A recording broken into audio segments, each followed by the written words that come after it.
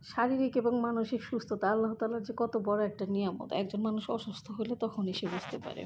তো যাই হোক, আসসালামু আলাইকুম। সবাই কেমন আছেন? আশা করছি সবাই খুব ভালো আছেন। আলহামদুলিল্লাহ আমরাও খুব ভালো আছি। আমার নতুন একটা ব্লগে আপনাদের সকলকে স্বাগতম। পুরা ২ দিনের একটা ঘটনা আপনাদের সঙ্গে আজকে শেয়ার করি। এটা হচ্ছে বুধবারের ঘটনা।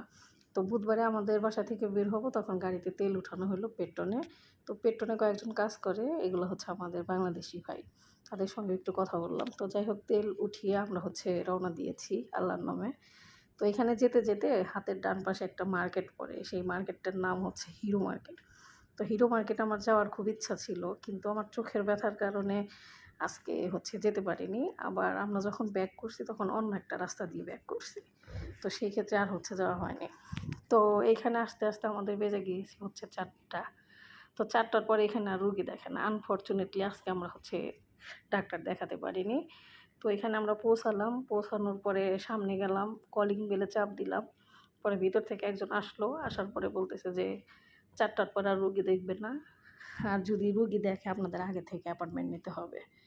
তো বেচারা কাজে থেকে আসছে, না খেয়ে আমাকে নিয়ে বের হয়ে গেছে 3টার পরে। তো যাই হোক, আবার ফিরে আসতেছি।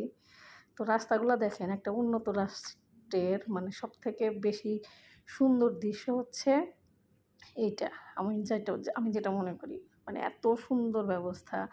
সিগন্যাল পড়েছে, একটা গাড়ি নাই, কিন্তু তারপরেও আপনাকে দাঁড়াতে হবে, না হলে অটোমেটিকলি জরিমানা। একটা রাষ্ট্রের আসলে আইনগত যে সিস্টেম কতটা উন্নত হলে হয়। তো এইটা হচ্ছে পরের দিন, মানে বৃহস্পতিবারের ঘটনা। তো বৃহস্পতিবারের দিন সকাল 11টার সময় আমাদের ডাক্তারের অ্যাপয়েন্টমেন্ট নেওয়া হয়েছে। এটা হচ্ছে যাব আমরা সুবাং। সেদিন গিয়েছিলাম হচ্ছে, মানে বুধবারের দিন গিয়েছিলাম হচ্ছে তিগা প্লাজে, আজকে যাব হচ্ছে সুবাং।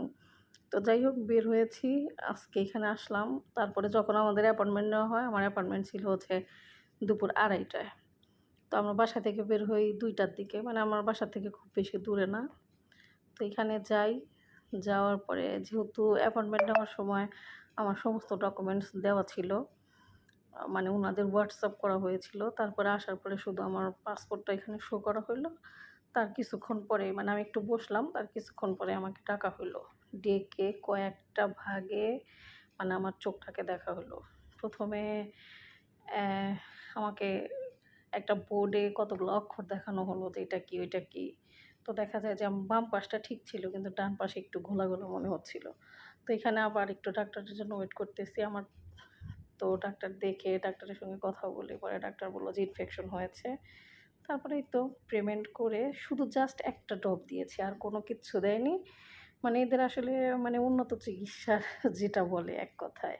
ওনারা আমাকে কয়েকটা এক্সারসাইজ দিয়েছে। তারপরে ডাক্তার আমাকে বলল যে আপনি একটু মেডিটেশন করবেন, আপনি একটু এক্সারসাইজ করবেন, চোখের কয়েকটা ব্যায়াম আছে সেটা বলল।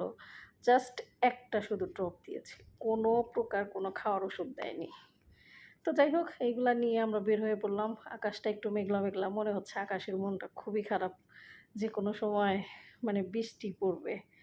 তো বলল যে কিছু খাওয়া কিনা? তো বললাম যে না, কিছু খাবো না, আকাশ মেঘলা, যে কোনো সময় বৃষ্টি হতে পারে, চলো আগে বাসায় যাই। তো যাই হোক, এই যে বাসার দিকে রওনা হয়েছি। আর কয়েকটা ছবি দিলাম।